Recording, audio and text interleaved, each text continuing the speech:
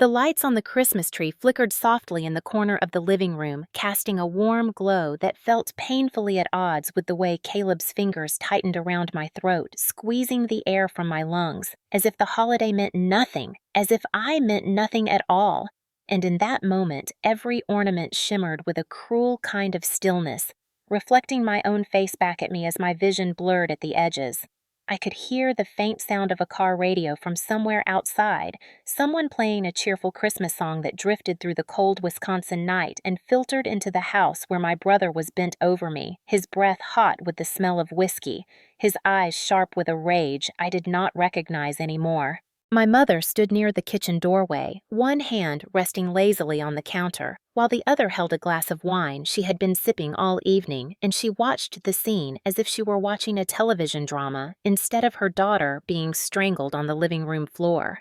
She let out a tired laugh and shook her head, saying that I was exaggerating like always, as if the way my fingers clawed at Caleb's wrist meant nothing more than theatrics to her.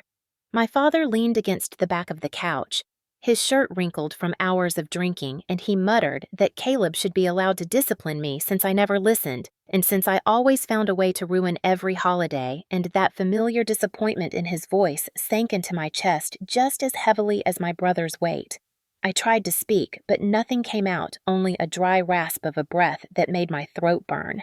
My hands trembled as I pushed weakly at Caleb's chest, but he only pressed harder, his fingers digging into the sides of my neck as my face grew hot and then cold, and a ringing filled my ears like a swarm of bees. The ceiling above me swirled slightly, the Christmas lights blending into a soft haze of red and green, and the world felt far away, as if I were slipping beneath a frozen lake, sinking deeper with every second. The edges of the room grew darker. I felt my body grow strangely heavy as though my limbs belonged to someone else. My heart pounded so loudly it drowned out the muffled chatter of my parents, and I could not tell if the wetness on my cheek was a tear or the condensation from the cold floor. For a moment I wondered if this was the way my life would end beneath the same roof where so many of my childhood wounds had formed, watched by the same people who had raised me to believe that silence was the safest language to speak. Caleb leaned closer, his voice low and vicious, as he accused me of trying to steal everything that should have been his, and I could see the twitch in his jaw as anger pulsed through him. His words blurred together, but his hatred felt clear. My lungs screamed for air, but the pressure on my throat did not ease, and panic clawed its way up my spine as the world began to fade into a blue-tinted fog. Then somewhere in the distance behind the ringing in my ears and the frantic pounding of my heart, another sound rose to the surface softer and warmer than the chaos around me. It was my grandmother's voice, the voice that had been the only gentle presence in my life, echoing from the memory of the family gathering just 1 week earlier when she had spoken while everyone else drowned her out with drunken laughter and careless jokes. "Only you listen, Evelyn. Remember what I say." Her voice cut through the haze like a thread of light, and for one suspended moment it felt as if she were placing a hand on my shoulder, holding me in place, reminding me that I was not as invisible as they tried to make me feel. Air slipped from me again in a thin gasp as my consciousness drifted, and I could hear my mother laugh once more, shaking her head, as if my struggle were a childish tantrum rather than a desperate attempt to stay alive. My father sighed, bored with the scene, and took another sip of beer, mumbling something about how this was bound to happen sooner or later. My vision narrowed into a tunnel, the edges curling inward as my body surrendered and I felt the cold floor beneath me begin to tilt. Just when the darkness pulled me in completely, a sharp knock sounded at the front door. It was faint, but it cut through the tension just enough to make Caleb loosen his grip for a fraction of a second, and that breath of air that rushed into my lungs tasted like fire. I coughed violently, my body convulsing as oxygen flooded back into me, and I rolled onto my side, clutching my throat. My brother stood above me, chest rising and falling, his face twisted with frustration instead of remorse. My parents glanced toward the door but made no move to answer it, as if the knocking were nothing more than an annoyance. I lay there trembling, every part of me aching, but something inside me shifted with that first gasp of air. They laughed when I almost died. They forgot what Grandma told them, but I did not.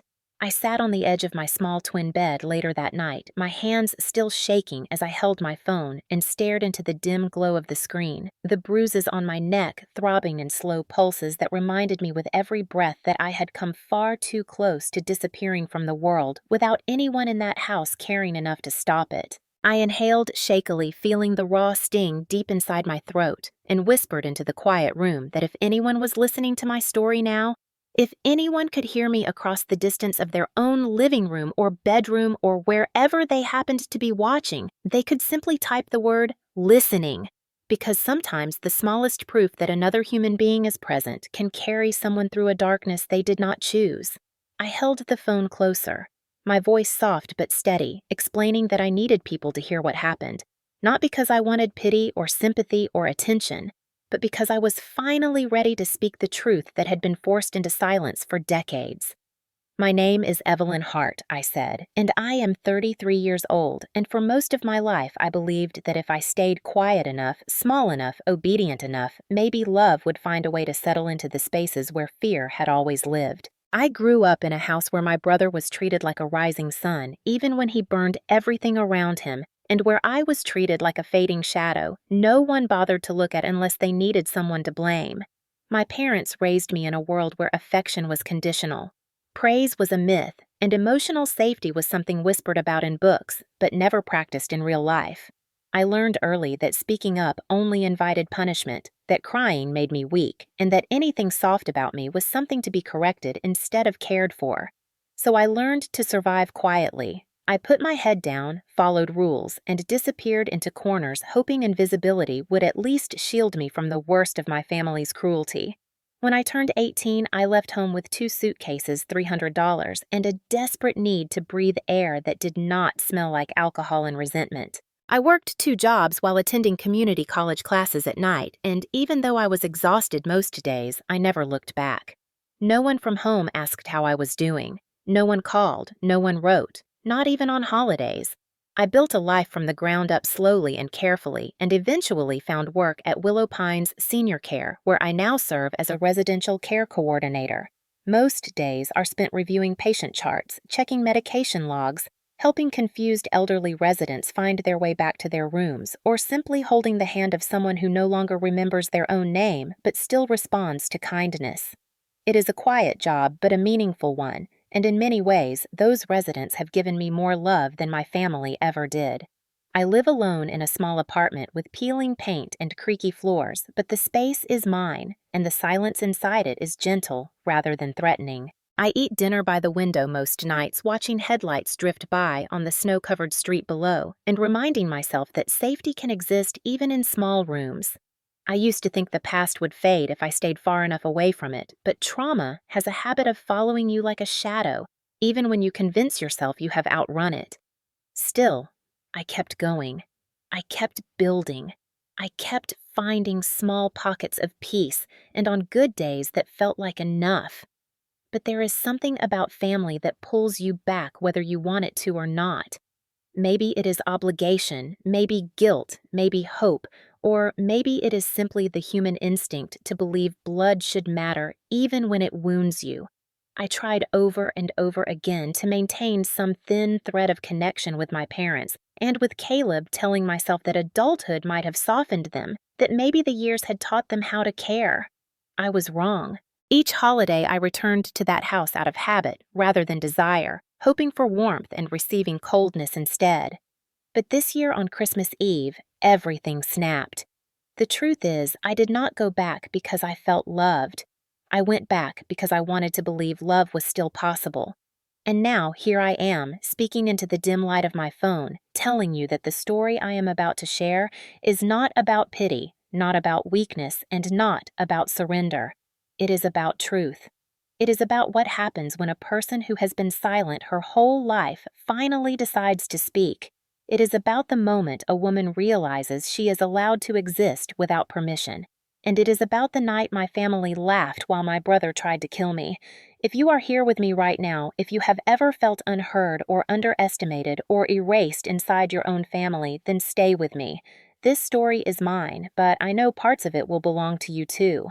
When I think back to my childhood, the memories come in strange layers, soft around the edges but sharp in the center like glass, worn smooth on the outside, but still capable of cutting deep if held the wrong way.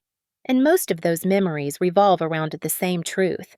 I learned far too young, which was that love in my family was not something freely given, but something rationed out to my brother in generous portions while I was left to survive on whatever scraps of tolerance were tossed my way. My parents never hit me, but sometimes emotional wounds dig deeper than any bruise, and the words they spoke carved long-lasting shapes in my mind that I am still trying to smooth out even now. When I was little, maybe 6 or 7, I used to follow my mother around the kitchen holding drawings I made at school and hoping she would put one on the refrigerator like other moms did, but she would glance at them without interest, toss them on the counter, and mutter that I needed to stop being dramatic every time my face fell in disappointment. Caleb, on the other hand, would scribble something messy on a piece of paper, and she would beam at him as if he had painted a masterpiece. It was like that with everything. He could scream, break things, throw tantrums, and my parents would say, "Boys will be boys." But if I cried or asked for help or showed any emotion at all, my father would lean down close to my face and say in that cold voice of his that if I kept crying, he would give me something real to cry about. Those words stamped themselves onto my childhood like a permanent watermark. I learned to swallow every feeling until it dissolved somewhere deep in my chest. I learned that silence was safer, smaller, easier to punish less. Christmas was the worst time of year because while other families celebrated warmth and connection, mine seemed to unravel with a special kind of cruelty during the holidays. The tension always rose as December approached. My father drank more, my mother grew more brittle, and Caleb became even more entitled, demanding presents and attention with a smugness my parents mistook for confidence. There were Christmas mornings when Caleb would throw a fit because he did not get the exact gift he wanted, and instead of correcting his behavior, my parents would turn their anger toward me, claiming I had ruined the day by not applauding loudly enough or by not reacting in the right way. I remember one year when I was 9. Caleb had shoved me down the icy front steps, and I scraped my hands so badly that they bled through my mittens. I ran inside to show my mother, hoping she would take care of me, but she sighed and said loudly that I needed to stop being overdramatic, and when I insisted that the fall hurt my father, stepped in and warned me in his low, intimidating voice that if I did not quit crying, he would give me something real to cry about. That sentence followed me through my entire childhood like a ghost that never left my side. I never forgot it. There were countless nights when Caleb got into trouble at school for fighting or stealing, and instead of addressing his behavior, my parents would sit me down and lecture me about being more supportive of him, as if my quiet existence somehow triggered his bad decisions. It sounds absurd saying it out loud now, but when you are a child, you believe the world is shaped by the adults around you, and even when that world is warped, you learn to adapt because survival depends on pleasing the very people who hurt you.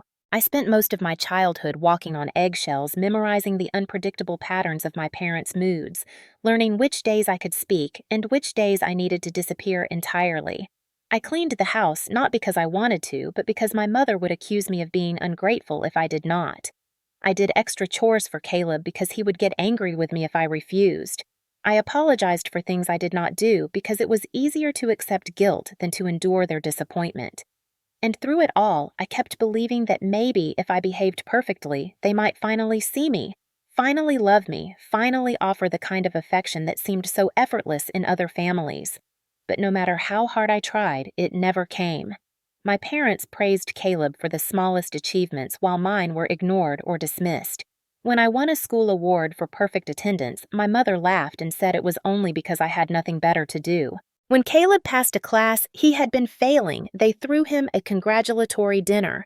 That kind of inconsistency reshapes the way a child understands worth.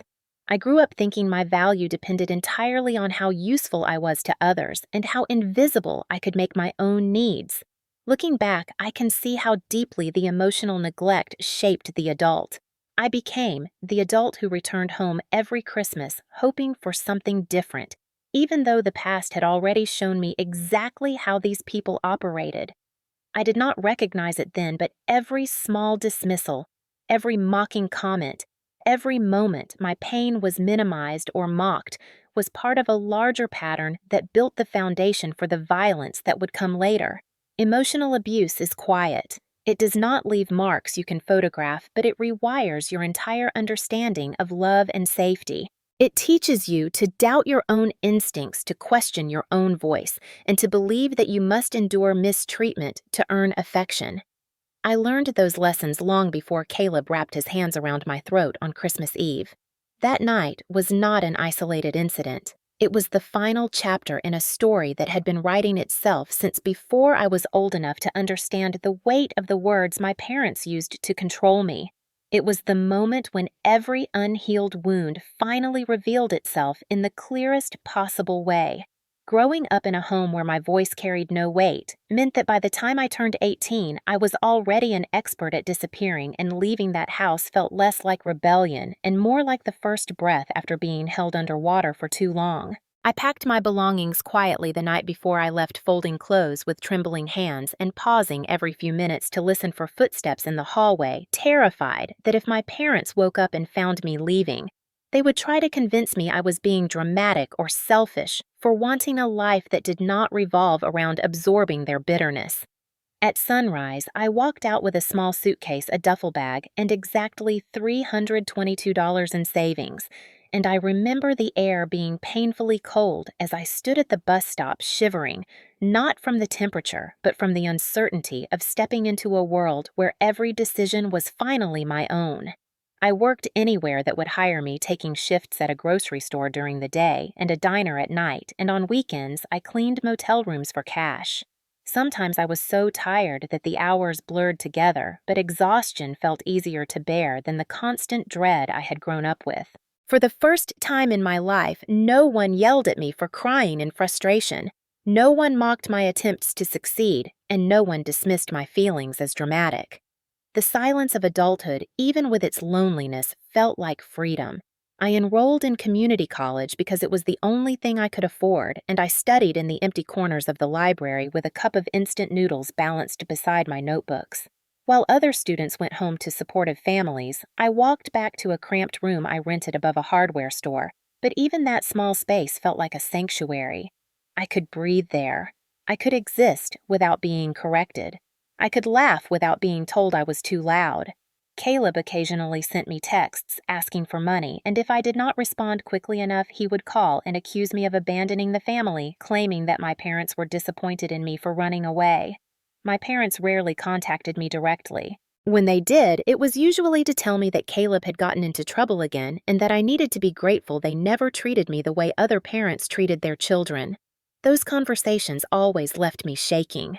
I could feel the old patterns trying to pull me back, but I refused to return to a world that demanded silence from me in exchange for conditional affection. I kept my distance, even though part of me still ached with the hope that maybe someday they would change. When I was 21, I started working at Willow Pines Senior Care as a part-time aide, and for the first few weeks I felt out of place among the gentle routines of the residents. I was not used to people who valued kindness. I was not used to offering comfort without being accused of overreacting. But slowly, something in me softened as I realized that providing care to others filled a space inside me that had been empty for years.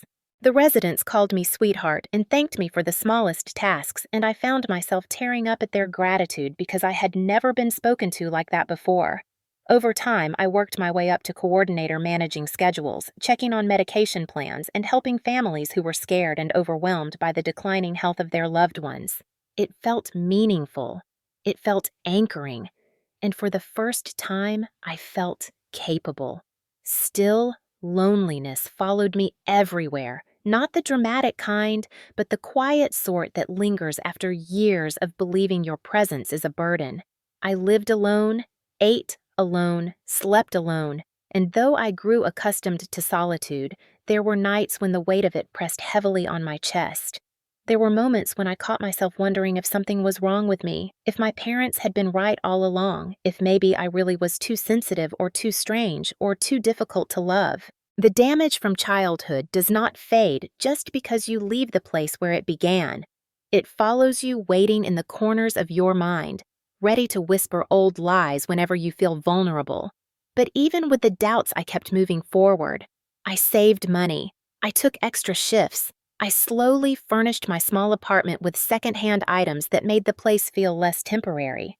I hung a single framed photograph of my grandmother on the wall, the one person who had ever looked at me with warmth. And I told myself that as long as I kept going, she would be proud of me. Holidays were the hardest. Every December, I felt a pull toward my childhood home, not because I missed it, but because some part of me believed that returning might finally give me the closure I had been searching for. I told myself that maybe this year they would treat me with kindness. Maybe this year Caleb would act like a brother. Maybe this year my parents would acknowledge the pain they caused. Hope is stubborn like that. It clings even when it hurts to hold on to. So I returned every Christmas, each time stepping into that familiar coldness, each time pretending that the hurt did not sink deeper.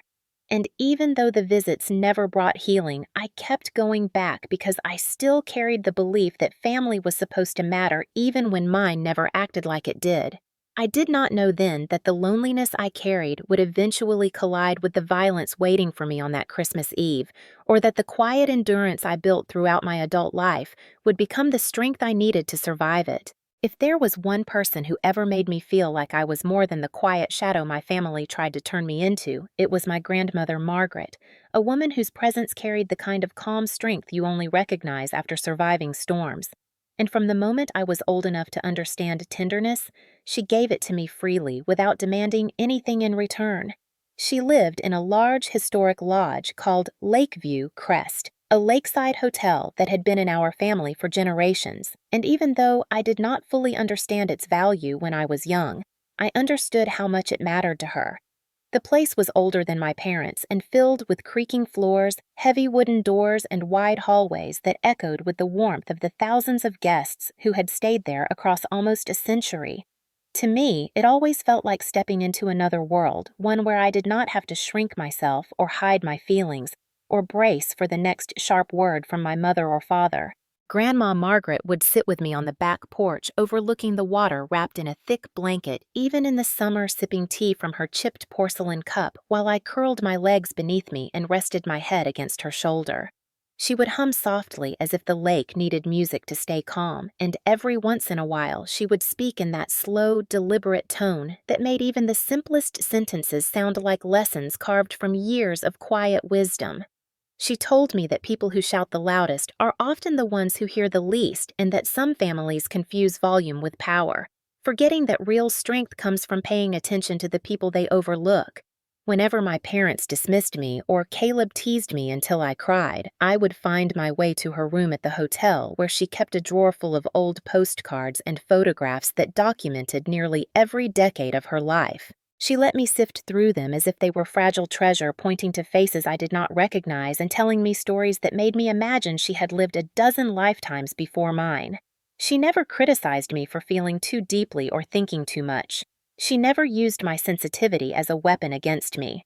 Instead, she told me that quiet people are often observant, and that observation is a form of power most people underestimate.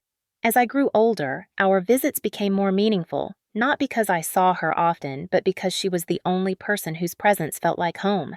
During my teenage years, when my parents' disappointment in me grew louder and more unpredictable, she would take my hand and say that I should never confuse their inability to love with my inability to be loved.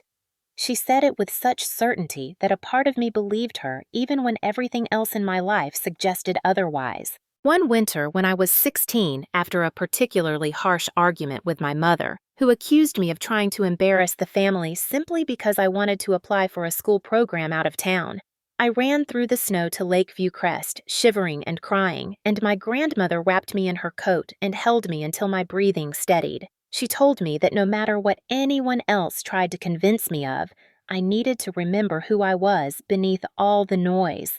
She told me I was good. She told me I was capable. She told me I was worthy.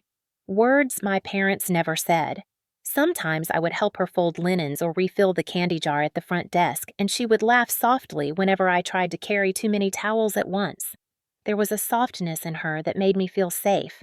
but there was also a fierceness, a protective streak I rarely saw in others. She would look at me with those sharp, steady eyes and say that one day I would find my own place in the world, and that when I did, I would look back on the chaos of my childhood and realize those people never defined me. What I did not fully understand then, but would later learn, was that she was preparing me for a future she had already envisioned for me, a future where I would not feel small or invisible. When she walked through the halls of Lakeview Crest, the staff straightened with respect. The guests nodded warmly, and even my parents softened slightly, though only in her presence, never in mine. She had a kind of authority that came not from force, but from decades of carrying a legacy and doing it with dignity. And perhaps the most important lesson she ever taught me was something she repeated every time my voice trembled or my courage faltered. She would say, "This family hears noise, not words. They listen to themselves, not each other. Do not become like them, Evelyn. Listen." The irony was that I learned to listen so well that I became the only one who truly heard her when she needed to be heard most.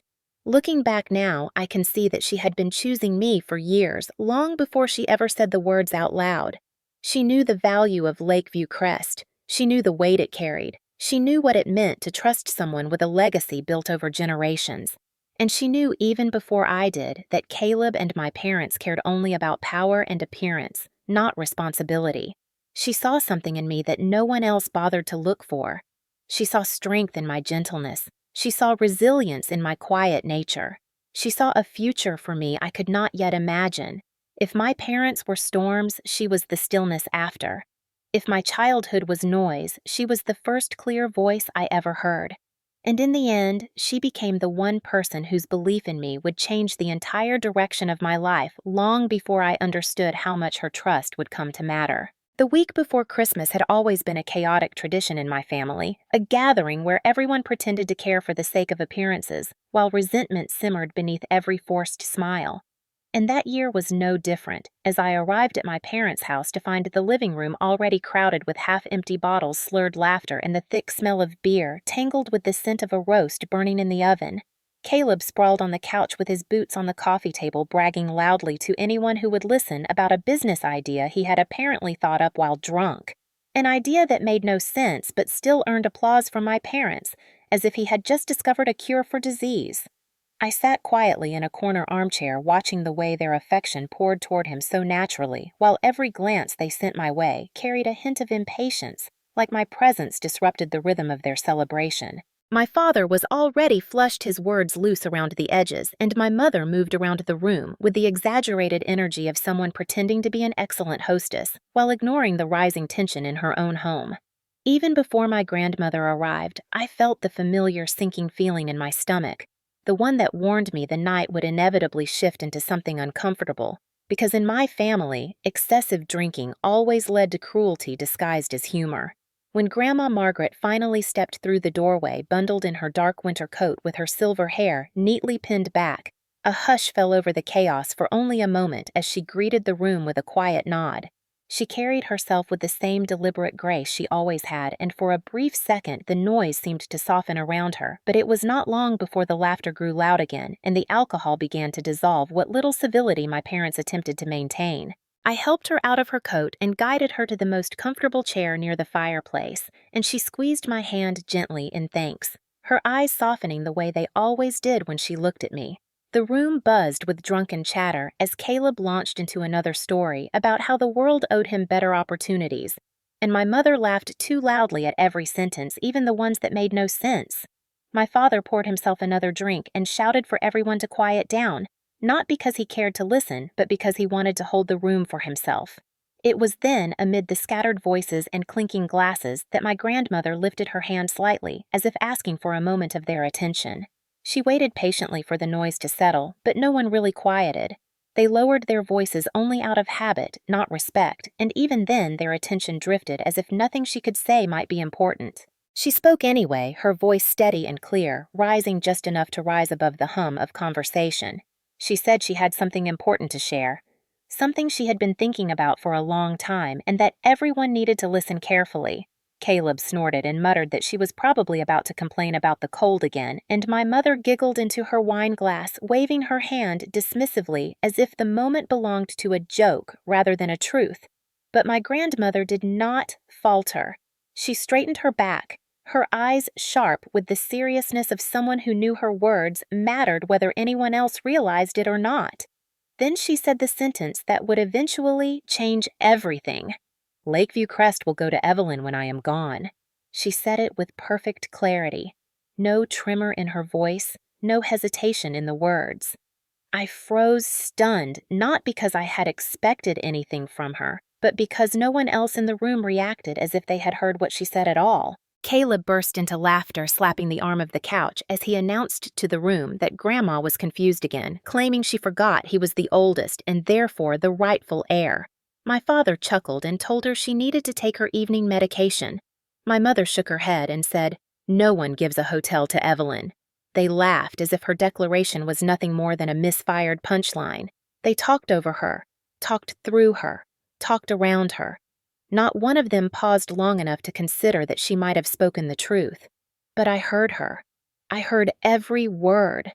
A strange stillness came over me as her sentence settled into my mind like the first drop of water hitting dry earth. I glanced at her, and she met my gaze with a look that told me she knew exactly how dismissive they would be, that she had expected it, that she had spoken the words anyway because they were meant for me more than anyone else. That moment lasted only a breath before the noise swallowed it up and the room exploded into more laughter louder than before, as if her announcement had been a spark that reignited their drunken amusement. Caleb stood up and tried to snatch a piece of paper from her hand, a folded document she had carried with her, but she tucked it into her coat pocket before he could touch it. My mother started rambling about how sentimental the holiday made people. My father resumed pouring drinks, and within seconds, the conversation had shifted back to meaningless chatter. But I could not let the moment disappear. I opened the voice memo app on my phone beneath the dining table, a habit I had developed over years of hearing their insults and needing proof later.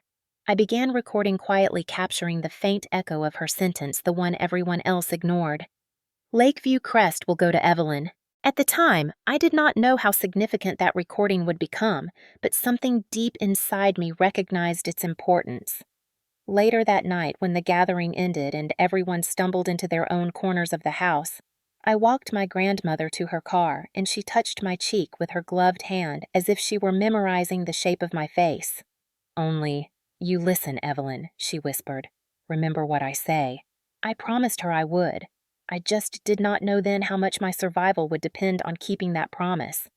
By the time Christmas Eve arrived, the weight of everything that had happened during the family gathering a week earlier lingered in the air like an invisible fog, thick enough that I could feel it pressing against my ribs as I walked up the icy front steps of my parents' house. I told myself that maybe things would be calmer this time, that maybe my parents and Caleb would be too busy with holiday routines to focus their cruelty on me. But the moment I stepped into the living room and saw the way their eyes flicked over me with the same cold disinterest as someone glancing at a stain on the carpet, I knew I had been foolish to hope for anything different. My mother barely glanced up from the counter where she was arranging store-bought cookies on a plate, acting as if she had baked them herself.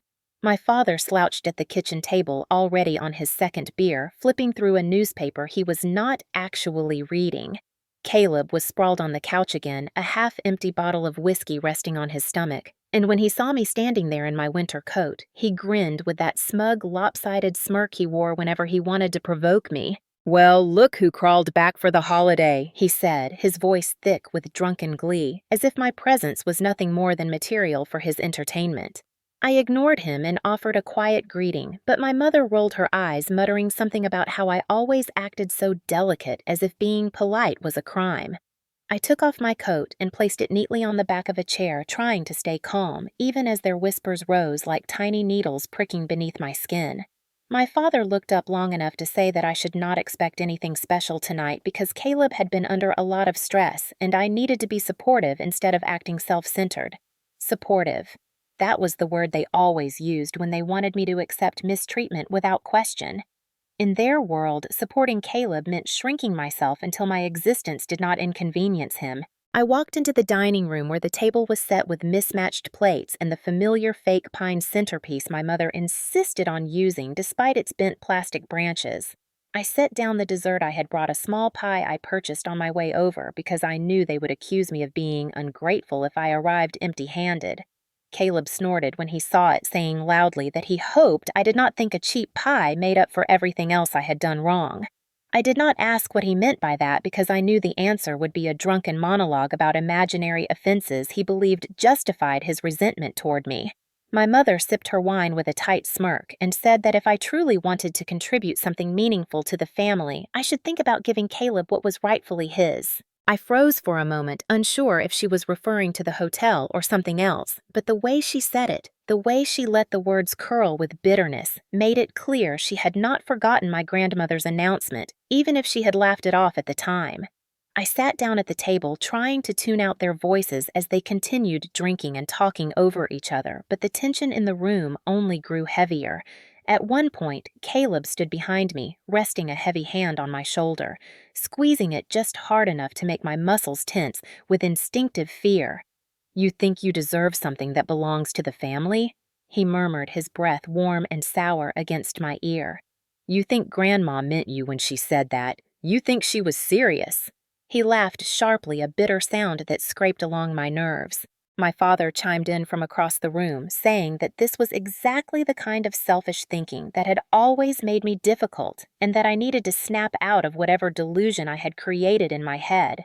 My mother added that it would be best for everyone if I remembered my place, because causing trouble during the holidays was inconsiderate. I tried to stand, but Caleb pushed lightly on my shoulder, keeping me in the chair a moment longer as he whispered that I should not test him, especially not tonight. His fingers tightened briefly before he let go, and even though the pressure was small compared to what he would do later, my entire body reacted with a familiar mixture of dread and numbness. The rest of dinner was an exhausting blur of insults disguised as jokes and passive-aggressive comments wrapped in forced holiday cheer. I sat quietly, eating little, trying to keep my breathing steady as Caleb drank more and more until his words slurred and his temper sharpened. Every time I moved, every time I reached for a glass or shifted in my seat, he made some mocking comment about my sensitivity or my supposed arrogance in thinking the family owed me anything. At one point, my father slammed his fist lightly against the table and told me to stop sulking, and when I responded calmly that I was not sulking, he leaned forward, eyes unfocused from alcohol, and accused me of trying to ruin the evening like I always did. I felt small again, like a child trapped in a room she could not escape, and yet there was something different this time, something simmering beneath the fear, a sense of wrongness so profound it made my heart pound. I stood up after dessert and walked toward the living room where the glow of the Christmas tree cast soft reflections across the floor, but even in that warm light, I felt their coldness behind me, their resentment gathering like a storm that had been waiting years to break. I did not know yet that within an hour the cruelty would escalate from words to hands. I only knew that the longer I stayed, the more dangerous the room felt, as if something inside Caleb was unraveling in ways I could no longer predict or minimize. And still, despite every instinct telling me to leave, I stayed because some part of me still wanted to believe that family meant something even when mine seemed determined to prove otherwise. The moment the argument shifted from irritated muttering to something sharper, something edged with real danger, I felt it in the air like a drop in pressure before a violent storm, and I knew that whatever came next would not be avoidable, no matter how quiet or careful I tried to be. Caleb's drinking had accelerated each swallow, turning him more reckless, more volatile, and by the time the clock on the wall neared 9, his eyes had taken on that familiar, unfocused gleam that always meant I needed to stay small and cautious. I was standing near the fireplace adjusting one of the ceramic figures my mother loved to display every Christmas when he staggered toward me with a heavy step that made the floorboards creak. He pointed a shaky finger at me and slurred that I needed to stop pretending I was better than the rest of the family. I told him calmly that I never said that never implied it, but he shook his head violently, insisting I was lying, insisting I had always thought I was above him even when we were little. I stepped back, keeping the couch between us, but Caleb moved around it quickly, fueled by anger instead of coordination, and his voice grew louder as he said he knew what I was plotting. My parents looked up from their drinks but did not intervene, their expressions a mixture of indifference and mild annoyance rather than concern. Caleb said that Grandma's hotel was worth $40 million and that I thought I had some secret claim to it, that I was going to steal everything from him and leave him with nothing. My heart began to race as he came closer, not because of the accusation, but because his voice had taken on that particular tone of drunken certainty that always preceded something physical. I tried to explain that there was nothing to steal because I did not control Grandma's decisions, but he was past the point of hearing anything logical. He stepped closer until the smell of whiskey clung to the air between us, and he jabbed his finger into my shoulder so hard I lost my footing for a second. My father muttered for him to calm down, but his tone held no command, no authority, and Caleb ignored him entirely. He said that I had poisoned Grandma against him, that I had manipulated her because I was always the quiet one who played the victim. I stepped back again but felt the wall touch my spine, and before I could move sideways around him, he grabbed a glass ornament off the mantel and threw it at the floor near my feet, shattering it into glittering pieces that skittered across the hardwood. My mother shouted at him for breaking her decoration, but she did not move from her seat, and her anger was directed more at the mess than at the danger unfolding in front of her. Caleb stepped over the shards without flinching and suddenly grabbed my arm, squeezing it so tightly I felt my skin pinch under his grip. I tried to pull away, but he used his other hand to shove me back against the wall, and the impact made the breath catch painfully in my chest. He leaned close, eyes narrowed in fury, and said that if I thought I could take the hotel, I was out of my mind. I whispered that he needed to stop and that he was hurting me, but the moment the words left my mouth, his expression twisted even more. He said that I had always exaggerated, always played frail, always acted like the world was hurting me when really I was the one who caused every problem. Then, with a suddenness that stole the oxygen from the room, he wrapped his hand around my throat. The shock made my hands fly up instinctively to grab his wrist, but he tightened his grip, pressing me harder against the wall, and my vision began to narrow as panic exploded through my body. I tried to gasp, but the pressure made it impossible, and I felt myself slipping into that terrifying place where instinct screams but the body cannot obey. My mother stood up then, but instead of shouting for him to stop or rushing toward us, she simply sighed and told him not to leave marks because it was Christmas. My father chuckled under his breath and said I was being dramatic again. I clawed weakly at Caleb's arm as his grip tightened further, cutting off sound. Cutting off everything except the pounding drum of my heartbeat in my ears. For a moment, I thought I was going to black out right there in front of them, right there under the twinkling holiday lights and the cheap tinsel garland, and the thought filled me with a quiet terror so deep it felt ancient. My knees buckled and my back slid halfway down the wall as he followed me downward, still holding my throat, his rage boiling over into something wordless and feral. I could feel the room fading, the edges going soft and distant, when suddenly there was a loud banging at the front door. Caleb froze and looked over his shoulder, his hand still clamped on my neck. The banging came again, harder this time, followed by a voice calling out that they heard shouting and wanted to make sure everything was all right. It was one of the neighbors, Mrs. Dalton, who had lived next door since we were kids, and who had always been suspicious of the chaos inside this house. Caleb muttered a curse, released me abruptly, and stood up, wiping his mouth with the back of his hand as if nothing happened. I collapsed against the wall, coughing, as air rushed painfully back into my lungs. My mother told me coldly to get up and pull myself together before anyone saw me looking hysterical. My father told Caleb to sit down and act normal. When Mrs. Dalton knocked again, louder and more urgent, my mother strode to the door with a forced smile, insisting everything was fine, that the family was simply having a spirited holiday conversation. From where I sat on the floor, still shaking, I watched Caleb sink into the recliner, glaring at me with a look that promised the night was not over. My parents glanced at me with irritation as if I had caused the problem, and my mother hissed under her breath that if I said one word about what really happened, I would ruin Christmas for everyone. I sat there gasping quietly, tasting metal at the back of my throat, and realized with a clarity that chilled me more than the bitter winter outside that to them I was not a daughter, but an inconvenience. I knew in that moment that whatever came after this night would change everything, because once someone tries to choke the life out of you while the people meant to protect you stand by, laughing, there is no going back to pretending any of it is normal.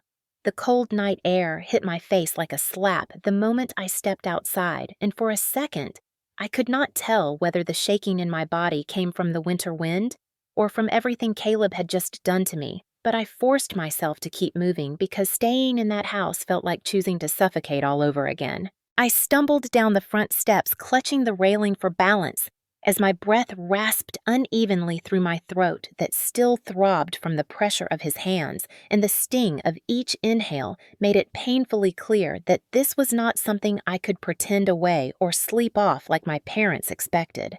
I made it to my car, fingers trembling so violently I could barely get the key into the ignition, and for a long moment I sat there with my forehead pressed against the steering wheel, trying to steady myself enough to drive. The ringing in my ears had not faded, and the edges of my vision still pulsed with occasional flickers of darkness, but the thought of going back inside even for a moment made my stomach twist.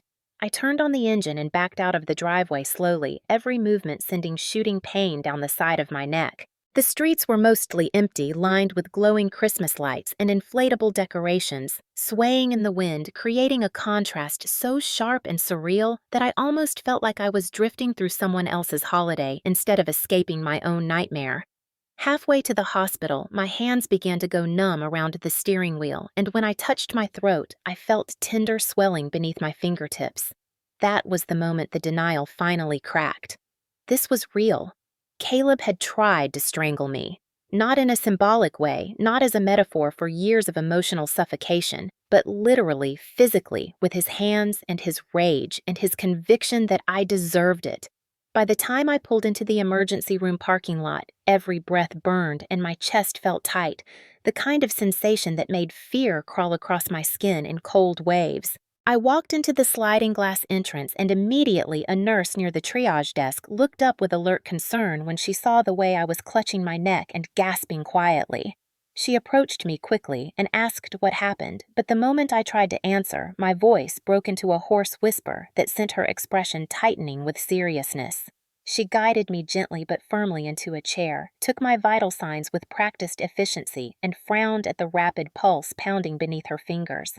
When she tilted my chin slightly upward and saw the faint but unmistakable bruising beginning to surface, she called for a physician without hesitation. I watched her movements, the urgency behind them, and something inside me began to unravel, because this was the first time all night that someone looked at me and saw the truth instead of choosing convenience. The doctor arrived within minutes and examined my throat, his expression becoming more grave with each passing second. He asked if someone had put their hands around my neck, and when I nodded, he told the nurse to notify security and prepare to contact law enforcement because injuries consistent with strangulation were considered a serious red flag for potentially lethal violence. Hearing those words said out loud made my stomach drop. I had not fully processed that Caleb could have killed me, that the blackness swimming at the edge of my sight had not been exaggeration or fear, but the literal beginning of losing consciousness. The nurse placed a warm blanket over my shoulders and asked if I wanted water. I nodded, and when she returned with a cup, my hand shook so badly I almost spilled it. She sat beside me for a moment and told me softly that what happened was not my fault, that people who have been strangled often minimize the danger, and that I was doing the right thing by seeking help tonight. Her voice was so steady and compassionate that I felt something in my chest loosen for the first time in hours. As I waited for the imaging results, my mind drifted to my grandmother, the only person who ever made me feel truly seen, and her voice echoed so clearly it might as well have been speaking through the hospital walls. Only you. Listen, Evelyn. Remember what I say. The memory hit me with a force that made my breath hitch. She had warned me in her own quiet way not about the violence, but about the truth of this family, and now every word felt like a lifeline pulling me toward clarity. The nurse returned and explained that the doctor wanted to run a few more tests, but the preliminary evaluation already confirmed soft tissue injury to my neck consistent with attempted strangulation. She paused before adding that because of the nature of the injuries, the hospital was required to notify the police. When she saw the fear flicker across my face, she placed a hand lightly on my arm and assured me that I was safe here and that reporting this would protect me from further harm. A police officer arrived not long after, a woman with sharp eyes and a calm demeanor, and she introduced herself before asking if I felt ready to tell her what happened. I took a deep breath and began to explain everything from the moment the argument started to the moment Caleb's hand wrapped around my throat. As I spoke, her expression darkened with understanding rather than judgment, and she wrote down every detail carefully. When I finished, she asked if this was the first time Caleb had been violent. I hesitated, and in that small pause, years of memories flooded my mind. Memories of pushed doors, bruised arms, grabbed wrists, shoves disguised as jokes, insults thrown with no consequence, and a family who brushed off every act of cruelty as something I deserved. I shook my head slowly and told her that it was not. The officer nodded and said that what happened tonight was extremely serious and that a report would be filed immediately. She also asked if I had somewhere safe to stay. I swallowed and told her yes, that I had my own place, and the relief that washed across her face was genuine. After she left, the nurse returned with my discharge papers and instructions on what symptoms to watch for overnight. Before she walked away, she squeezed my shoulder gently and said the words that finally broke through the last layer of numbness inside me. You survived something tonight that many people do not. Your life matters. The truth of that sentence settled into me slowly like warmth thawing frostbitten skin, and as I walked out of the hospital with the cold wind brushing against the bandages on my throat, I felt something ignite quietly inside me. It was not anger, not yet. It was awakening, a realization that whatever happened next would not follow the old pattern of silence and endurance. I had been hurt, but I was not broken, and for the first time I understood that my grandmother's words had not been nostalgia or affection, but preparation. They did not hear her, but I did, and now I was finally ready to act on it. 3 days after the ER visit, once the swelling around my throat had eased enough that swallowing no longer felt like dragging sandpaper across raw skin, I drove to the office of my grandmother's longtime attorney. A brick building in the quiet part of downtown with frosted windows and a brass door plate that looked untouched by time. I had spoken to him briefly on the phone the night before, my voice still hoarse, as I explained that something serious had happened and that I needed to discuss my grandmother's estate. He told me to come first thing in the morning, and now, as I sat in the small reception area with my hands clasped tightly in my lap, I felt both fragile and strangely steady, as if some inner compass had finally aligned after years of spinning in confusion.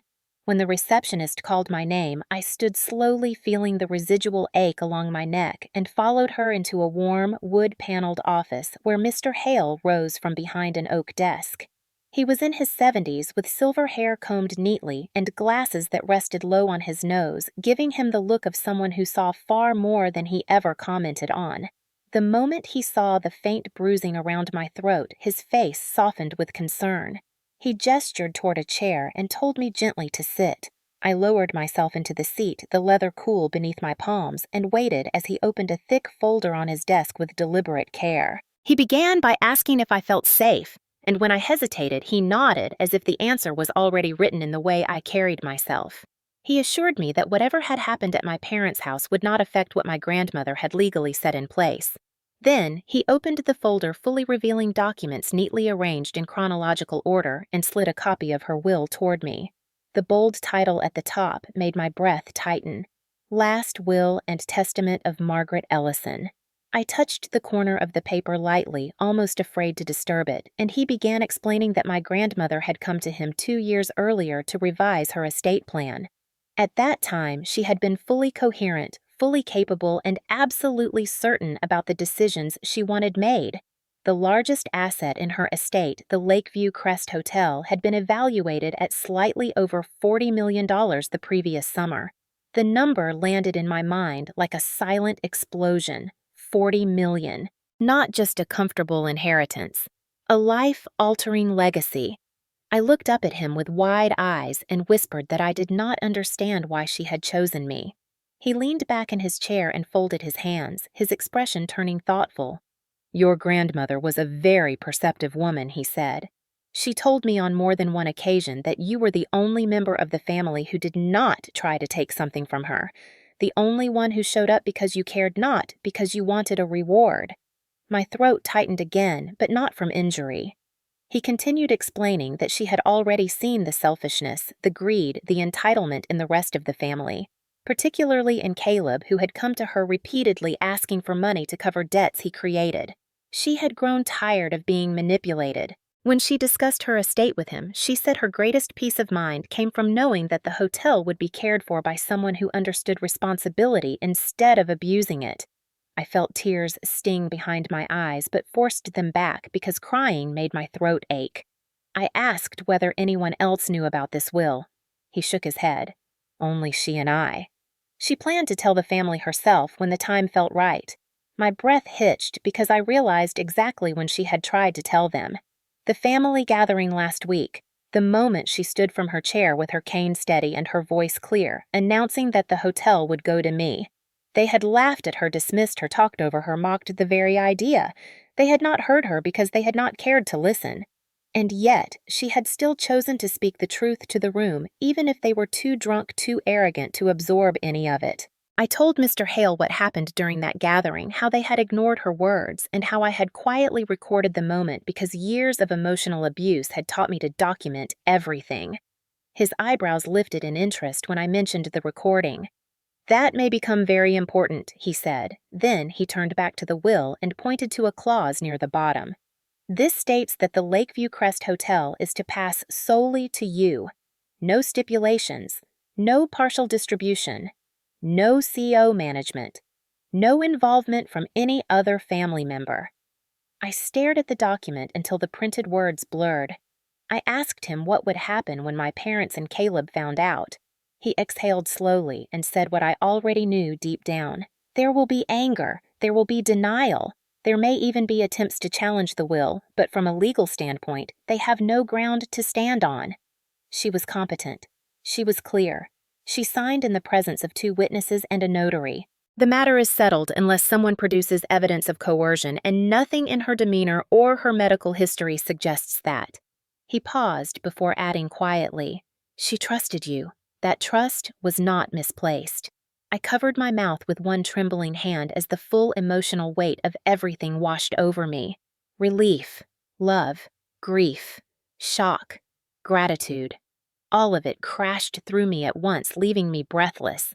He let me sit for a minute, giving me time to absorb it, then asked gently whether I had anyone in the family willing to support me through this. I shook my head. He nodded, unsurprised. Then he leaned forward and lowered his voice the way doctors do when they are about to tell you something you need to hear. Evelyn, he said, you must understand that people who feel entitled to something they never earned are capable of great cruelty when they learn it is not theirs. Be cautious. Protect yourself. Tell as few people as possible until we have everything filed formally. His words echoed with the gravity of someone who had seen estates tear families apart more times than he could count. I told him about the assault, the police report. His jaw tightened with visible disapproval. He said that if the assault and the inheritance discover intersected the situation could become more volatile, not less. Then he said something that made a new sense of resolve form inside me. Your grandmother loved you more deeply than she loved nearly anyone in that household. Honor that love by protecting yourself and by protecting what she entrusted to you. I nodded slowly, feeling the truth settle into my bones. When I finally stood to leave, he handed me a certified copy of the will and his business card with his emergency line circled. I stepped out into the crisp winter morning with the folder pressed tightly against my chest, the cold slicing across my cheeks, and for a moment I stood frozen on the sidewalk staring at the sky. The world around me had not changed. Cars still passed, people still moved. Snow still drifted lightly down like quiet confetti. But inside me, everything was different. I no longer felt small. I no longer felt voiceless. For the first time in my life, I carried something undeniable. Proof of my grandmother's love. Proof of her faith in me. Proof that the truth was on my side. When I returned to my apartment that afternoon, the certified copy of the will still tucked safely inside my coat, I barely had time to set my keys on the counter before my phone began vibrating nonstop across the surface like something alive. First came a call from my mother, then from my father, then from Caleb, each one overlapping the last until the screen filled with missed calls and angry voicemail notifications. I knew instantly that someone had overheard my conversation with Mr. Hale or seen me leaving his office, and dread pooled in my stomach like cold water. I let the calls go unanswered, but the buzzing continued relentlessly until finally a text from my mother appeared in all capital letters demanding that I come home immediately because we needed to have a family discussion. A few seconds later, a second message flashed onto the screen from my father saying they knew what I was trying to pull and that it needed to stop before things got ugly. My hands shook slightly as I put the phone face down, but the silence lasted only a moment before Caleb began calling again and again, each call more insistent, as if he believed repetition alone could force me to obey. I knew ignoring him would eventually escalate things, but I could not bring myself to answer, not after everything. I sat at the kitchen table breathing slowly, trying to collect my thoughts, when the phone buzzed again, this time with a voice message from Caleb. His tone was low and threatening as he said that he heard I thought the hotel was mine, that he knew I had gone behind the family's back, and that he demanded I come to the house right now to explain myself. He added that if I did not come willingly, he would come to me. The way he said it made my skin crawl. I deleted the message instantly, but saved the transcript, knowing instinctively that every word could matter later. About 30 minutes passed before another text came, this time from my mother. Her tone shifting from anger to false sweetness so quickly it made me ache with familiarity. She wrote that I was misunderstanding everything, that the family did not want conflict, and that if I simply talked things through with them, they could find a fair arrangement for everyone. Fair arrangement was the phrase they always used when what they actually meant was, surrender everything and do not ask questions. I did not respond. Instead, I kept reading the message while the bitterness in her wording sank deeper into my chest. I stood to get a glass of water, trying to calm myself, when suddenly the phone lit up again with another voicemail from Caleb. I pressed play, reluctantly bracing for more threats, but this time his voice was frantic, almost shaky, as he said, "Mom and Dad told me what Grandma said. You are not taking that hotel from me, Evelyn. You are not taking what is mine." I felt a strange coldness run through my veins as I listened to him claim something he had never earned, something he had never respected, something he had never cared about until money entered the picture. The message ended with him saying, "You better talk to us before we make this official."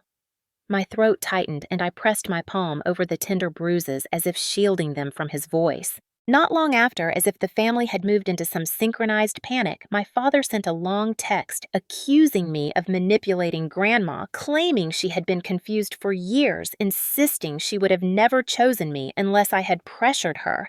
He reminded me that Caleb was the responsible one, the true heir, the one who deserved the hotel because he was the eldest son.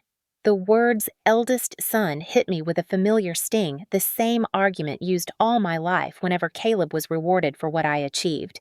They had always valued him more, always protected him, always excused him, and now their desperation made them cling to an imaginary hierarchy that had never existed anywhere except in their entitlement-soaked minds. I placed the phone down again and pressed my hands against my eyes as exhaustion and anger swirled through me. I wanted to scream, to cry, to run, but instead I stayed perfectly still because I realized this chaos was not just about control, but about fear.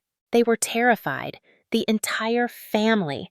Terrified that the money, the prestige, the legacy, everything they thought they deserved would slip from their fingers and into mine. They had dismissed Grandma's words during the gathering because they had been too drunk, too arrogant to listen. They had assumed her decision was a joke. And now the truth was ricocheting through them like a shockwave. For the first time, they saw the possibility of a world where I was no longer beneath them, no longer the scapegoat, no longer the invisible daughter who took their insults silently. They saw me as someone with power, and that alone sent them spiraling. A few minutes later, there was a knock at my door.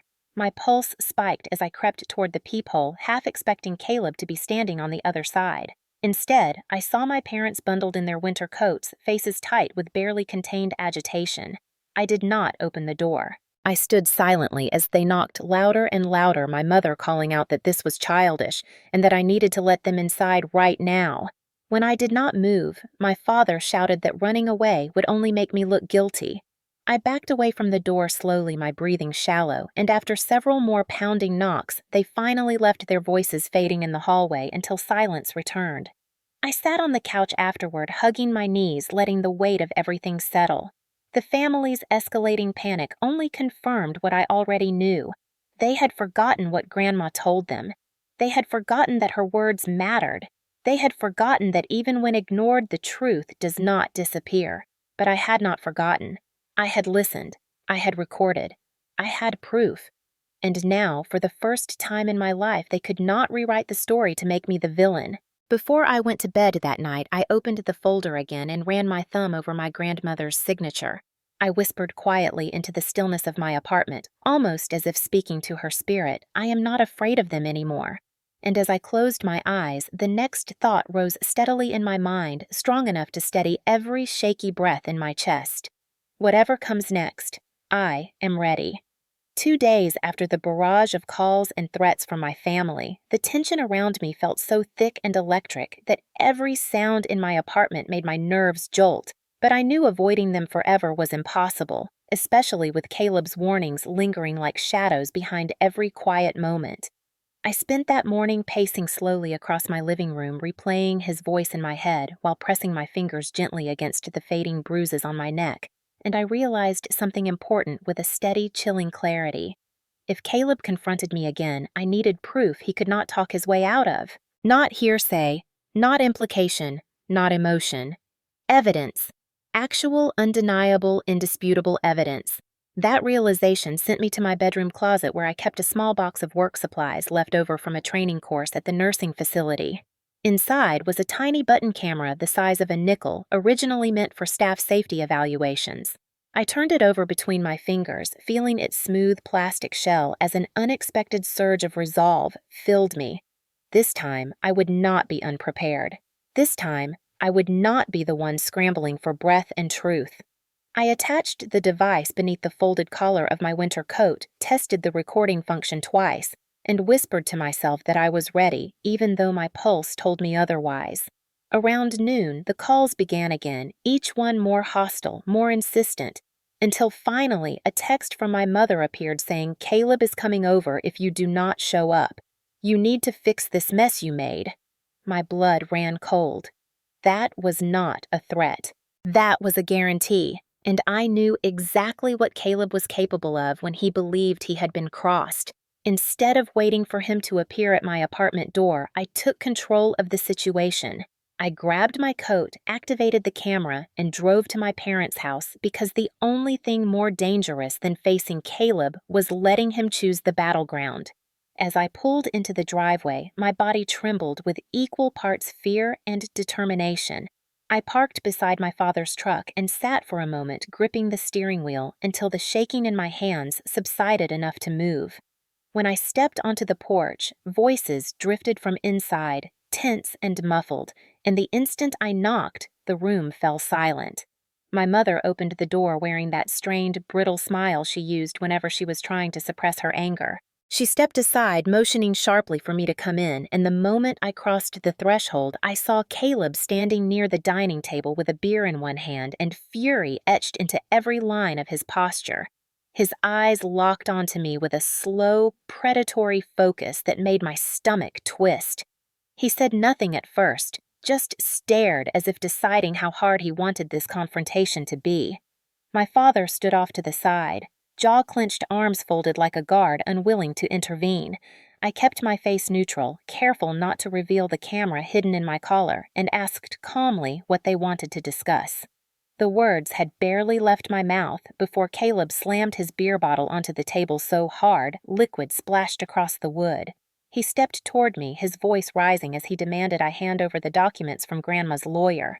He said the hotel was his birthright, that I was a thief, that I was trying to destroy the family. I told him quietly that the documents were legal binding and confirmed by her attorney, but he waved his hand dismissively as if the truth offended him. My mother chimed in telling me I needed to stop being selfish and think of the family. Her voice grew sharper as she said I had no idea the damage I was causing. My father added that I should be grateful they were giving me a chance to make this right before the lawyers got involved. Make this right, their favorite phrase meaning surrender. Submit. Sacrifice yourself for Caleb again. I shook my head and said no. That one word sent Caleb's restraint snapping like a brittle branch. He took 3 fast steps toward me, grabbed the front of my coat, and shoved me backward so violently my shoulder hit the wall with a dull thud that rattled through my ribs. I told him to stop, but he only tightened his grip, spitting accusations inches from my face as the room seemed to shrink around us. My mother shouted for him to calm down, but her tone lacked urgency or fear. It held annoyance, not concern. My father watched with flat, tired eyes as if witnessing an argument over dinner rather than a grown man assaulting his sister. Caleb shoved me again harder this time, and the back of my head grazed the edge of a picture frame. Pain flashed bright and sharp behind my eyes, but I forced myself to stay conscious, stay focused, stay standing. My heart hammered violently as adrenaline surged, but somewhere beneath the panic, I felt a gritty sense of determination. This was exactly why I brought the camera. I lifted my chin slightly to ensure it captured his face as he grabbed my arm with bruising force and hissed that he would make sure I never saw a penny of that hotel. His fingers dug into my skin as he shook me once, a cruel jerking motion that sent another shock of pain through my shoulder. Then he raised his hand as if preparing to strike me. Before he could, I wrenched my arm free and stumbled backward, knocking into the corner of the dining room table. My mother rushed forward not to protect me, but to scold him for acting out of control in her house. He ignored her entirely and came at me again, grabbing my coat collar and dragging me forward. My breath hitched as his hand came dangerously close to my throat again, and terror surged through me with suffocating familiarity. But just as he pulled his arm back to strike, a loud crash sounded from the kitchen doorway as my elbow knocked a tray of utensils to the floor during my attempt to steady myself. The clatter startled everyone just long enough for me to twist free from his grip and step back out of reach. Caleb lunged again, but this time my father grabbed his arm, not out of concern for me, but out of fear the noise might attract attention from outside. "Sit down!" he barked, pulling Caleb backward with a strained grunt. Caleb resisted, still shouting, still reaching toward me with a wildness in his eyes that made my breath choke in my chest. My mother stepped between us finally, but only to tell me to stop provoking him, that I had escalated things by refusing to cooperate. The moment those words left her mouth, something inside me hardened with finality. I straightened, slowly smoothed my coat with shaking hands, and turned toward the door without responding. My father stepped aside. My mother glared. Caleb shouted that this was not over, but none of them knew the truth. It was over. I had everything I needed. The camera had captured every second, their threats, their violence, their entitlement, their refusal to intervene, their obsession with the inheritance. As I stepped outside into the cold winter air, my breath fogging white in front of me, I realized that the footage nestled against my collar was more powerful than anything they could shout at me. It was proof. It was protection. And it was the beginning of the end for them. I drove straight from my parents' house to the police station with my heart pounding so hard it felt like it might bruise the inside of my ribs. And even though my hands were shaking the entire way, a fierce sense of purpose steadied me. Because this time, I was not just surviving what they had done. I was holding the truth in my coat collar where no one could twist it, deny it, or bury it beneath lies. When I walked into the station, the front desk officer glanced up, and the moment she saw the fading bruises around my neck and the freshly reddened mark on my arm, her face shifted into the calm but alert expression of someone who recognized the signs of escalating domestic violence. She asked if I needed to speak to someone immediately, and I nodded. Within minutes, I was escorted to a small interview room where the same female officer who had taken my ER statement a few nights earlier entered with a notebook and a quiet, steady presence that made me feel less alone. She took one look at me, at the tremor in my hands and the tension in my shoulders, and asked softly, "He hurt you again, didn't he?" The question cracked something inside me, and I swallowed hard before nodding. I told her everything, every detail of what had happened the moment I walked through my parents' door, every shove, every threat, every accusation, every moment my mother and father stood by and watched. Then, with hands that trembled only slightly, I removed the tiny camera from my coat collar and placed it on the table between us. I told her it had recorded everything. For a moment, she just stared at it. Then she reached out carefully, as if handling something fragile and powerful. She said she needed to upload the footage immediately and stepped out with a swiftness that told me she understood the gravity of what she had just been handed. When she returned, she looked more serious than before. She said the video was clear, the audio unmistakable, and that it corroborated every detail of my report. She explained that strangulation, even in attempt, was considered a high lethality predictor, and that Caleb's behavior in the video, combined with my previous injuries, met the criteria for immediate action. She asked whether I felt safe going home after the report was filed. I told her I lived alone and felt safer there than anywhere else connected to my family. She nodded, but recommended I keep my doors locked, stay aware, and consider staying with a friend for a few nights just in case. I thanked her, but I knew I would not burden anyone else. My apartment, small as it was, had become the only place where I could breathe without waiting for the next blow. After finishing the formal statement, she told me that Caleb would likely be arrested within hours. The words landed like a sudden gust of wind, knocking the breath out of me, not because I felt guilt or fear, but because for the first time in 33 years, accountability was finally catching up to him. When I left the station, the winter sun was already sinking, casting long shadows across the parking lot. The air was bitterly cold, but it felt cleaner, sharper, as if the world itself had shifted slightly. I drove to the office of Mr. Hale, my grandmother's attorney, because I knew I had to tell him everything before my family tried to twist the narrative. When I walked into his office, he looked up from his desk, and the concern in his eyes deepened when he saw the new marks on my arm. I sat down and told him everything that had happened at the house, the confrontation, the threats, the assault, the video evidence, the police report.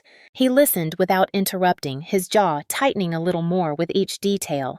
When I finished, he leaned back and took a slow, measured breath before saying something that made my entire body still. "Evelyn, your grandmother chose you because she knew this family would devour itself the moment money entered the room. You must stay focused. You have the will. You have the truth. And now you have legal protection behind you."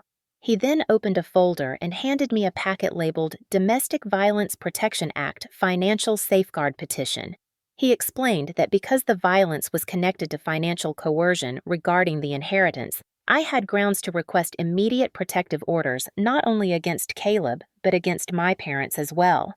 He said the law recognized that financial control and physical violence often went hand in hand, and that my case was a textbook example. He advised me to file the petition immediately and said his office would assist in drafting all necessary affidavits using the video from the camera, the ER report, the previous police statement, and the certified will as supporting evidence. I felt a tremor of relief mixed with disbelief as he laid out the steps. For so long, I had been alone against them, outnumbered, outvoiced, dismissed every time I tried to speak. Now, for the first time, the system was not silencing me.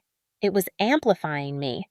He told me that once Caleb was arrested, my parents would likely become frantic and attempt to reach me again, either to manipulate me into dropping the charges or to intimidate me into silence. He advised me not to answer, not to engage, and not to step foot near their house. He also said that if they attempted to challenge the will, the combination of the recording from the family gathering, the clarity of my grandmother's voice, and the fact that everyone else was intoxicated would make it nearly impossible for them to convince a judge she had been impaired. He tapped his pen gently on the desk and said, "Evelyn, you are in a position of strength now, but you must protect that position. People like your family do not accept loss easily. They fight dirty when they panic." His words rang true in the deepest parts of me, the parts conditioned by years of chaos, and I nodded slowly. Before I left, he asked me one more question, one that felt heavier than the rest. "Are you prepared for what happens when they realize they cannot control you anymore?" I closed my eyes for a moment, letting the weight of everything settle, and when I opened them again, the answer rose on its own, steady and certain. Yes. As I walked out of the office into the biting cold, my phone buzzed with a notification. I braced myself for another message from my family, but it was from the police officer. Caleb has been taken into custody. You are safe for now. Those words followed me all the way home, echoing in my chest like the beginning of a new life. One built not on fear or silence, but on truth, evidence, and the strength I never knew I possessed until the moment I finally fought back. The courthouse was colder than I expected, not in temperature, but in atmosphere. A heavy stillness settled between polished floors and muted walls, as if the building itself absorbed every secret and every lie spoken within it. When I walked through the metal detectors with Mr. Hale at my side, my palms were damp despite the winter air outside, and the faint soreness in my throat pulsed with each swallow. We made our way to the small courtroom assigned for the hearing, a space with rows of wooden benches, tall windows that let in pale, late-morning light, and a judge's bench raised slightly above everyone else like a reminder that truth held power here whether people wanted it to or not. My parents were already seated on one of the benches, their expressions coiled tight with anger and apprehension, and when my mother saw me enter, she looked away sharply as if I offended her simply by standing upright. My father stared at me with a hostility so cold it might have chilled the room if it had not already felt icy. Caleb was not present still in custody pending charges, but his absence somehow made their resentment sharper. We sat on the opposite side of the room, and the tension between the two halves felt like a physical barrier. When the judge entered, everyone rose, and I felt a shiver rush through me, not from fear, but from the weight of the moment. This was it. The point where truth cleaved away lies. The hearing began with the judge reviewing the protection order request, flipping through paperwork with an unreadable expression. Then the officer who had taken my statements approached the stand and testified with steady composure, detailing the ER report, the visible injuries, the warning signs of escalating violence, and Caleb's arrest. My parents shifted uncomfortably, and my mother leaned toward my father, whispering furiously, but neither dared speak aloud.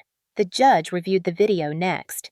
When the footage from the button camera played on the large screen at the front of the courtroom, I felt my stomach twist, not from shame, but from reliving the violence, the sound of Caleb's voice, snarling accusations, the thud of my body hitting the wall, my mother blaming me for provoking him, my father watching without moving. Their cruelty echoed through the speakers filling the silent room. Even the judge's expression hardened slightly. My mother sputtered quietly under her breath, shaking her head, but she could not refute what everyone had just heard and seen. For the first time in my life, their gaslighting could not reach me. Their version of events could not smother reality. When the video ended, a heavy pause settled over the room before the judge asked if there was any additional evidence for the court to consider. Mr. Hale stood slowly and placed a small flash drive on the evidence table. He said in his measured voice that there was a recording of a family gathering from the week before Christmas. My parents tensed instantly. I felt their panic ripple across the room like a wave striking a shoreline. The judge nodded and the bailiff inserted the drive into the courtroom computer. A moment later, the audio began to play. My grandmother's voice filled the room, steady, clear, warm, with the firmness she always carried inside her bones. Lakeview Crest will go to Evelyn when I am gone. I have made my decision after many years. Those words seemed to vibrate in my chest, and I felt tears rise unexpectedly behind my eyes because hearing her speak again was like being wrapped briefly in the only unconditional love I had ever known. The recording continued, capturing the drunken laughter of my family, their mockery, their dismissal, their cruel jokes about her being confused, their jeering insistence that no one would ever give something so valuable to someone like me. My mother's voice cackled in the background. My father's slurred disbelief, Caleb's attempt to snatch the paper from her hand. And through it all, my grandmother never wavered. Her tone remained calm and resolute as she repeated the decision was final. The judge paused the audio and looked directly at my parents. Was she intoxicated at the time he asked? My mother sputtered that she was elderly. My father claimed she had been confused. The judge turned to me instead. "Was your grandmother intoxicated?" "No," I answered quietly. "Everyone else was." A hush fell over the room. The meaning of that single sentence settled heavily into the air. My grandmother had been lucid. My family had been drunk. Her statement had been ignored, not because it was unclear, but because they had chosen not to listen. The judge leaned back in his chair, steepling his fingers, and asked me to describe the context of the recording. I explained how the family had been drinking heavily, how they had ridiculed her announcement, how I had recorded it out of habit because years of verbal cruelty had taught me to protect myself. I told him that my grandmother had always been sharp-minded, that she had handled the hotel's affairs until very recently, and that her decision had not been impulsive, but something she had considered for years. Mr. Hale then stepped forward with the will itself, presenting the certified copy and describing the two witnesses, the notarization, and the legal process that made the document airtight. The judge scanned the pages slowly, his expression revealing little. After several minutes, he closed the file and looked directly at my parents. "Do you have any legal basis to challenge this will?" he asked. My father stood unsteadily, his voice cracking as he claimed my grandmother had been manipulated by me. The judge raised an eyebrow and asked if they had any evidence of coercion, any statements from her doctor, any documentation whatsoever to support that claim. My mother began to speak, but the judge cut her off firmly. "Do you have proof?" She fell silent. My father sank back down. The judge folded his hands, his demeanor clear and resolute. "The will is valid. The recording demonstrates clear intent. The court recognizes Evelyn as the sole heir to the Lakeview Crest Hotel. Furthermore, given this evidence of violence and the recorded threats, the petition for protective orders is granted." My mother gasped as if slapped. My father cursed under his breath. I sat completely still, the words washing over me like a wave breaking against a shore I had been walking toward my entire life. The judge continued, "Caleb Ellison will remain in custody pending trial. The parents are restricted from contacting Evelyn directly or indirectly. Any attempt to harass, intimidate, or coerce her will result in immediate legal consequences." The gavel struck once sharp and final, and in that single echo, everything my family had tried to take from me slipped irrevocably out of their reach. I exhaled a breath I felt like I had been holding for decades. My grandmother's voice echoed in my heart. Quiet people see everything. And for the first time, the world finally saw them too.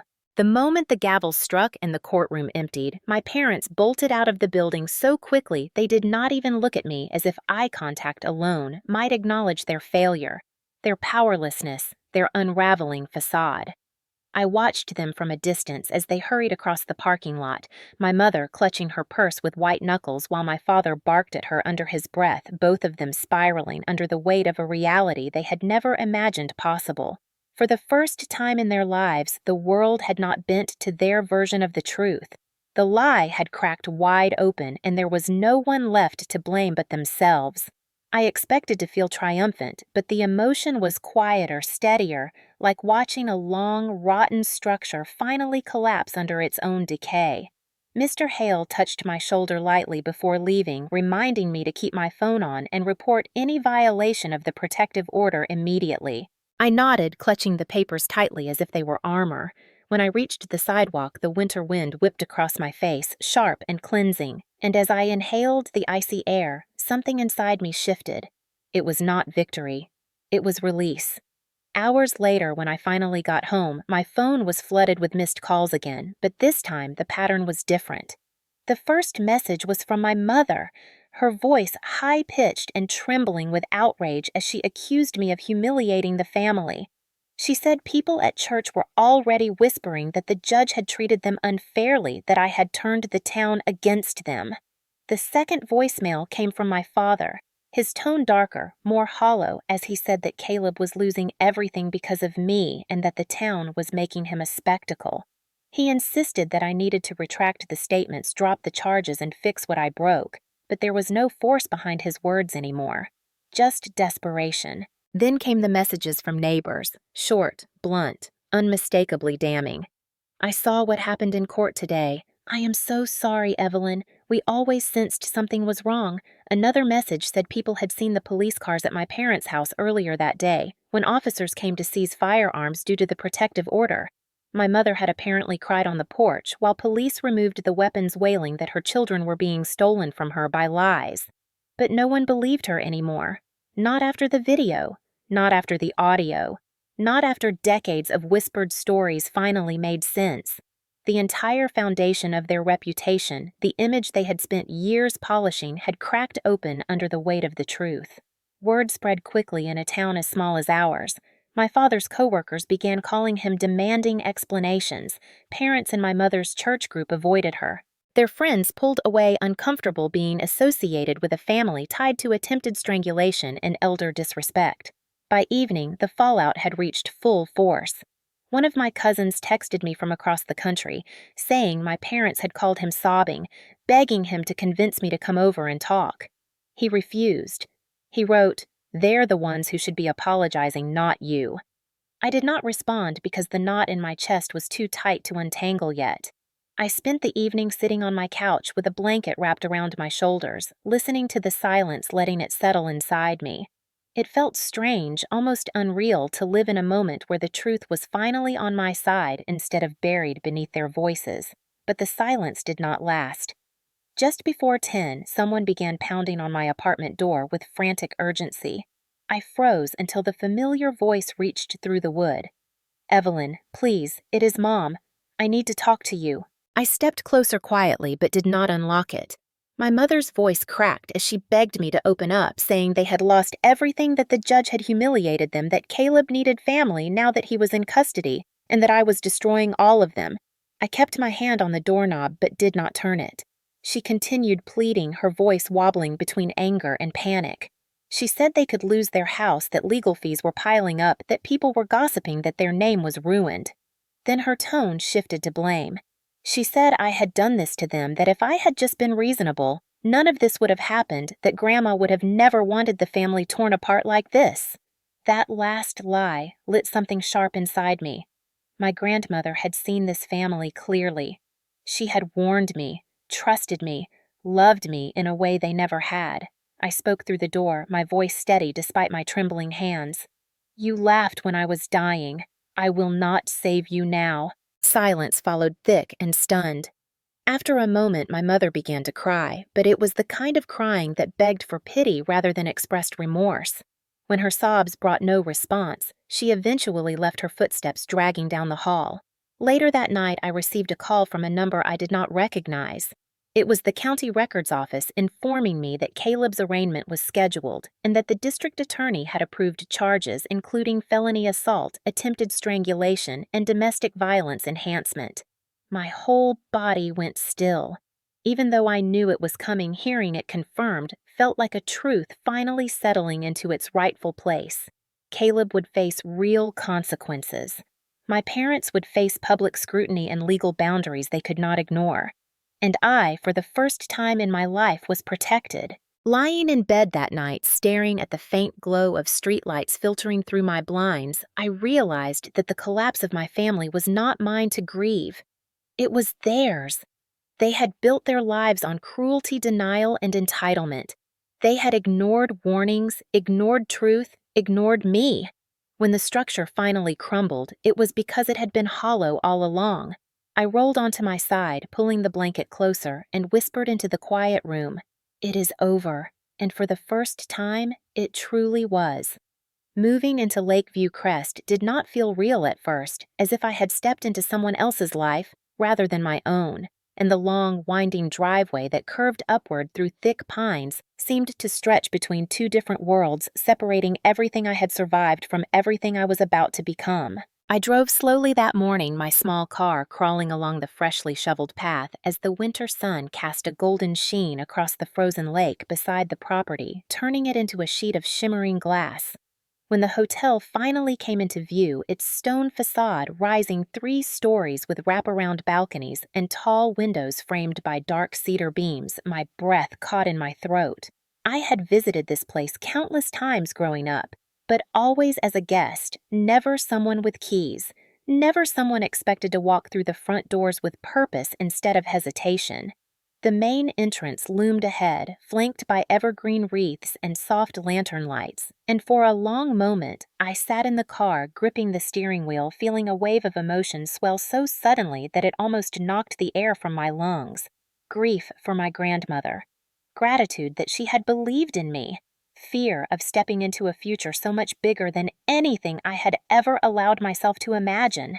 And beneath all of it, a quiet, powerful sense of belonging that I had never felt anywhere, not in my childhood home, not in the cramped apartments I had rented as an adult, not in the spaces where I had always tried to make myself small enough to avoid conflict.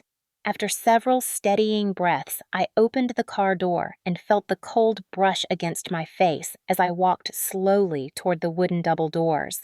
Before I could even reach them, the hotel manager, a woman in her late 50s named Lorraine, burst out with a warmth that contrasted sharply with the icy air. She hurried across the entrance, her boots crunching softly in the snow, and wrapped her arms gently around me in a way that felt honest rather than invasive. "We have been expecting you, Evelyn," she said with a voice that carried both respect and affection. And before I could answer, she stepped back and looked at me with a mixture of relief and reverence. "Your grandmother spoke about you often. She said you were the one person she trusted to carry this place forward." The words hit me deeper than I expected, loosening something in my chest that I had kept locked tight for so long. Lorraine guided me inside, and warmth washed over me as the scent of pine wood and cinnamon drifted across the lobby. A huge stone fireplace crackled at the far end of the room, its golden light flickering across polished floors and high ceilings adorned with wooden beams. Every detail reflected my grandmother's touch, from the framed black and white photographs of the lakeshore that lined the walls to the deep green velvet chairs arranged in cozy clusters. Staff members approached one by one, offering gentle smiles, welcoming me without hesitation. Some had worked there since before I was born. One older man, the head groundskeeper, held out his calloused hand and shook mine firmly before saying, "Your grandmother chose right. She always said you had her quiet strength." I swallowed hard, nodding as emotion surged upward, and for a moment I had to blink rapidly to keep my composure. Lorraine led me on a tour of the property, walking me through the main dining hall with its sweeping lake views, the library with its towering shelves and sunlit reading nooks, the guest suites furnished with soft linens and mountain artwork, and the third-floor balcony where my grandmother used to stand every morning with her coffee, watching the sunrise paint the lake in shades of gold and rose. When we reached her old office, I hesitated in the doorway, overwhelmed by the scent of her perfume still lingering faintly in the air. The room was exactly as she had left it, a mahogany desk polished to a shine, a soft lamp glowing in the corner, a blanket draped neatly over her favorite chair. Lorraine touched my arm gently and said, "She wanted you to have this space. She told us not to change a thing." I stepped inside, slowly running my hand along the edge of the desk, and felt a tremor ripple through me. This office had once been the heart of her world, the place where she built the legacy that now rested in my hands, and I felt her presence so strongly that it almost hurt. I sat in her chair, letting its familiar cushion cradle me, and whispered softly, "I hope I make you proud." After the tour, Lorraine handed me the keys to the owner's suite on the top floor. My footsteps echoed softly as I walked down the quiet hallway, each step carrying me further from the life I had known, and deeper into the life my grandmother had prepared for me. When I opened the door, warm light spilled into the hallway, illuminating a spacious room with vaulted ceilings, a stone fireplace, a plush bed covered in thick blankets, and floor-to-ceiling windows overlooking the frozen lake. The view took my breath away. I set my small bag on the bed and walked directly to the window, pressing my palm lightly against the cool glass as I stared out at the expanse of shimmering white. This, I thought, was what home was supposed to feel like. Not fear, not suffocation, not walking on eggshells around people who believed cruelty was tradition. Home was quiet, warm, safe, mine. I spent the rest of the afternoon unpacking, wandering the halls, absorbing every detail of the hotel, like rediscovering pieces of myself I did not know I had lost. Staff members checked in on me periodically, not out of obligation, but out of genuine care. They told me stories about my grandmother, small memories from years past. how she remembered every employee's birthday, how she personally delivered hot cocoa to staff on Christmas Eve, how she once spent an entire night helping clean after a storm because she refused to let anyone work alone. Every story felt like a thread weaving me closer to her legacy. As evening settled over the lake and the hotel lights flickered on, I returned to my suite and stood on the balcony, letting the crisp wind brush against my face. Below me, the lodge glowed softly against the snow, a beacon of warmth in the quiet winter landscape. And as the sky deepened into shades of blue and violet, I felt a profound sense of peace settle into me, the kind that comes not from victory, but from finally stepping into the life someone believed you deserved long before you believed it yourself. Healing did not arrive the way I once imagined, not like a sudden burst of light or a dramatic moment where all the pain fell away at once, but instead like a slow unfolding of breath inside my chest, as if my body was finally remembering what it felt like to exist without bracing for the next blow. And in the days that followed my move into Lakeview Crest, I discovered that healing was a series of small choices that revealed themselves quietly throughout the rhythm of my new life. Some mornings I woke before sunrise and walked down to the frozen lake, listening to the faint creaking of ice expanding beneath the surface, feeling the crisp air fill my lungs in a way that reminded me I was alive. Truly alive in a world that no longer required me to shrink or apologize for taking up space. Other days, I sat in my grandmother's office for hours, my fingers grazing across old ledgers and handwritten notes she had kept over the years, learning the heartbeat of the hotel she had built from the ground up. At first, the responsibility overwhelmed me, and I feared I would fall short of the woman she believed I was. But with every page I turned, I felt something inside me settle, as if her presence was guiding me, whispering patience and reminding me that healing was not a race. Staff members treated me with respect I had never known before, not because of my title, but because they genuinely believed in my grandmother's judgment, and their kindness worked its way into the tender places of my heart that had been bruised for so long. Lorraine checked on me each evening, leaving small gestures of care, like fresh tea, homemade soup, or handwritten notes reminding me to rest. Mark, the head groundskeeper, told me stories of how my grandmother fought off developers who tried to buy the property decades ago, saying she protected the place like she protected the people she cared about. Each story was like a stitch binding me back together, reinforcing the truth that I had come from strength even if I had grown up surrounded by cruelty. Nights were the hardest at first. Despite the warmth of the owner's suite, I often lay awake staring at the ceiling, feeling echoes of old fear tug at me. Memories of my parents shouting Caleb's hand around my throat, the metallic taste of terror still lingering like a ghost behind my breath. Sometimes I jolted awake expecting someone to stand over me the way Caleb had loomed in that living room, but every time my eyes opened to the soft glow of the fireplace instead of violence, I felt the truth settle deeper inside me. I was safe. I was alone, but not abandoned. I was quiet, but not silenced. Over time, the nightmares softened. They did not disappear, but they loosened their grip enough that I could live without feeling trapped inside them. I started creating routines, small rituals that made the days feel anchored. I ate breakfast in the window nook, overlooking the lake, savoring each bite without rushing, without listening for footsteps behind me. I wrote in a journal every morning, emptying the clutter of my mind onto the page, and sometimes the entries surprised me with how much hope slipped through the lines. I spent afternoons in the library reading letters my grandmother had written to herself, thoughts she had never shared but kept for comfort. In one, she wrote, "Quiet, people see everything, but sometimes they forget that being observant is a strength, not a burden." When I read those words, something inside me broke open and I cried in a way I had not cried since childhood. Not from despair, but from release, letting go of years of trying to be small for people who never bothered to look closely enough to see me. And slowly, the pieces of myself that I had buried under survival instincts began to reemerge. I laughed more easily sometimes at small things like a crooked wreath in the hallway, or the way the resident cat insisted on claiming my lap during staff meetings.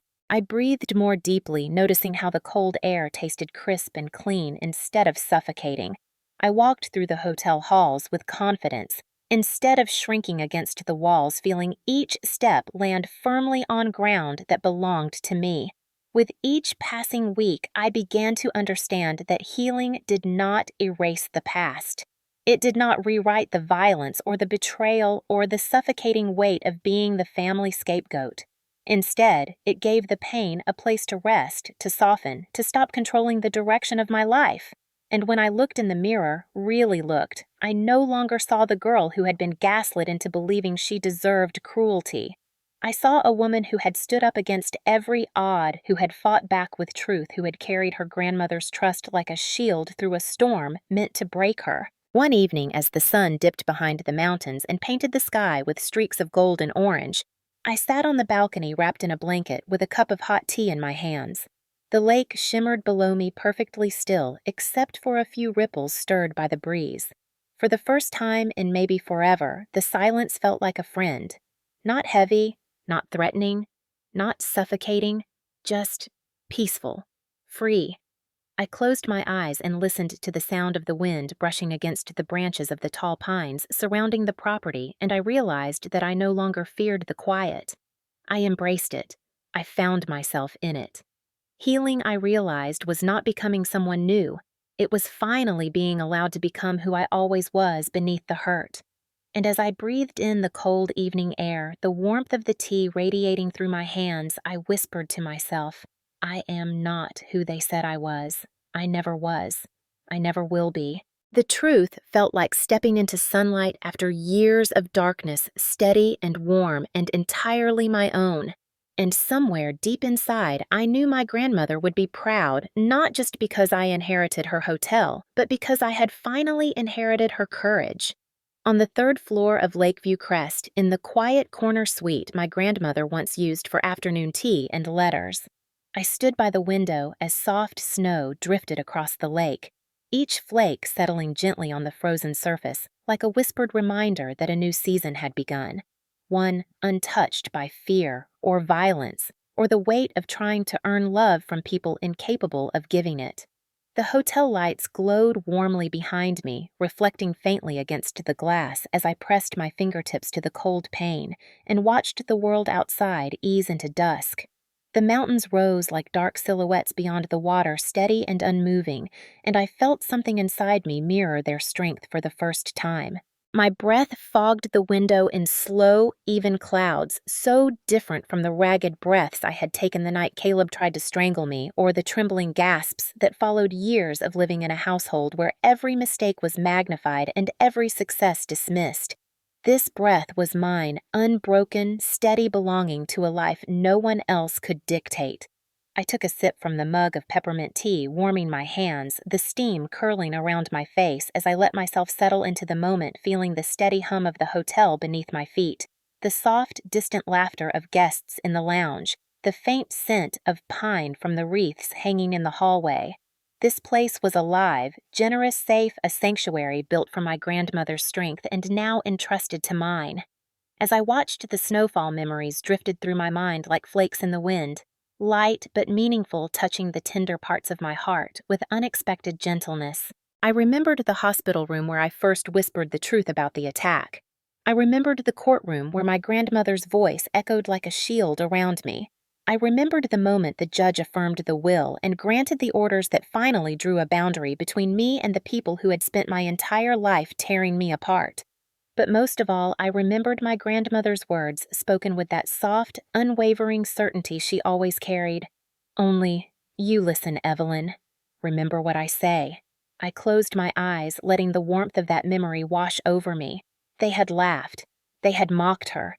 They had been too drunk, too arrogant, too dismissive to hear her clearly spoken truth. They forgot one thing. I did not.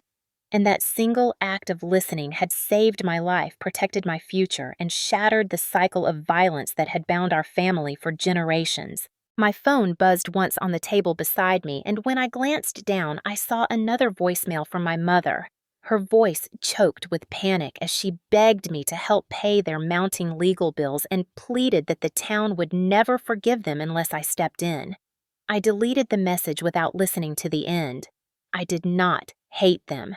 but I no longer felt responsible for saving them from the consequences they had carved with their own hands. Forgiveness was not required for freedom. Silence was enough.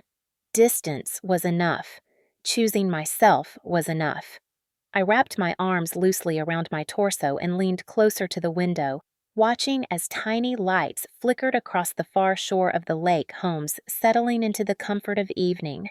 I wondered briefly what my life might have looked like if I had never left that house, if I had never challenged their narrative, if I had never trusted my grandmother's words. The answer made my chest tighten. I would have withered, I would have faded. I would have lived in the shadow of their cruelty, slowly shrinking until there was nothing left but fear. Instead, I now stood in a place built from love, trust, and legacy. A place where my grandmother had carved out a future for me long before I believed I deserved one. My reflection appeared faintly in the window, and when I studied it, I barely recognized the woman staring back. Her eyes were steady, no longer clouded by self-doubt. Her posture was strong, not collapsed inward in apology. Her expression was peaceful, not haunted by the next blow. The next insult, the next moment of being told she was too sensitive, too dramatic, too much. She looked like someone who had endured fire and stepped out on the other side with her soul intact. She looked like someone who belonged here.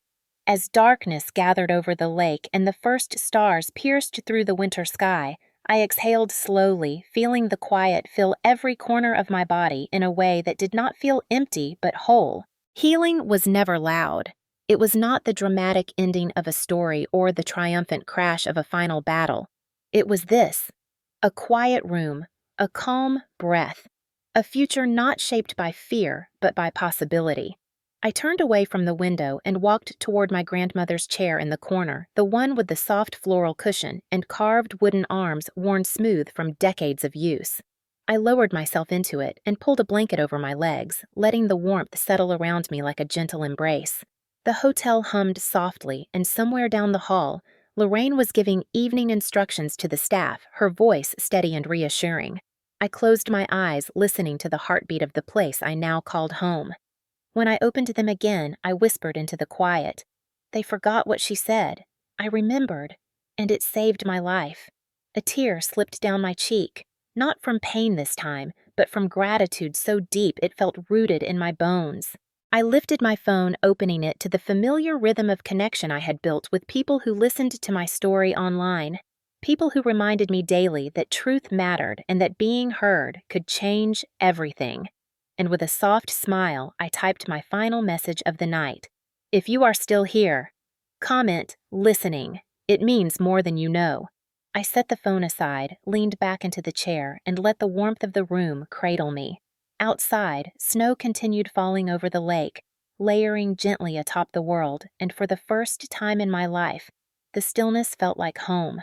If you stayed with me until this very last moment, I want you to know something that I did not know for most of my life. I want you to know that your presence here matters. People think stories like mine are just entertainment, something to listen to while they cook dinner or unwind after a long day, but the truth is deeper. Every time someone listens, it reminds someone else that their pain was not imaginary, that their fear was not an overreaction, that their survival was not an accident. So, if you are still here, I want to ask you gently, respectfully, truthfully to comment the word listening or tell me where you are watching from. Those words may look simple, but they create a small circle of light around people who have only known darkness. When I first shared pieces of my life, I felt terrified that no one would believe me or that I would sound dramatic, the same word my family used to silence me since childhood. But then I realized there were thousands of people out there who carried their own wounds, their own scars, their own memories of being told to stay quiet. When you comment, when you leave a heart, when you share even one sentence, you are not just helping my little corner of the internet. You are helping every silent person watching who does not yet have the strength to speak. You are telling them you hear them even when their own families never did. And if my story resonates with you, if something in it reminds you of a moment you survived or a truth you carried alone, I hope you know that you are not weak for feeling it. You are not broken for remembering it. You are not dramatic for still healing from it. You are human, and being human means you feel deeply even when others pretend not to see it. This space was not created to judge anyone or expose wounds for shock. It is a space where people who have been dismissed, underestimated, or minimized can finally breathe without fear of being laughed at or ignored. It is a place where your story, your voice, your tears, and your perspective matter. And if you want to walk with me through the next stories, if you want to keep exploring these small pockets of truth and recovery and quiet courage, feel free to subscribe. It is not just a button for me. It is a way of keeping a door open for people who need a safe corner to land in. A way of reminding each other that we do not have to carry everything alone. Wherever you are tonight, whatever you survived and whatever chapter of life you are standing in, I am grateful you are here. Truly. If my story reached you at the right moment, then maybe that was its purpose all along.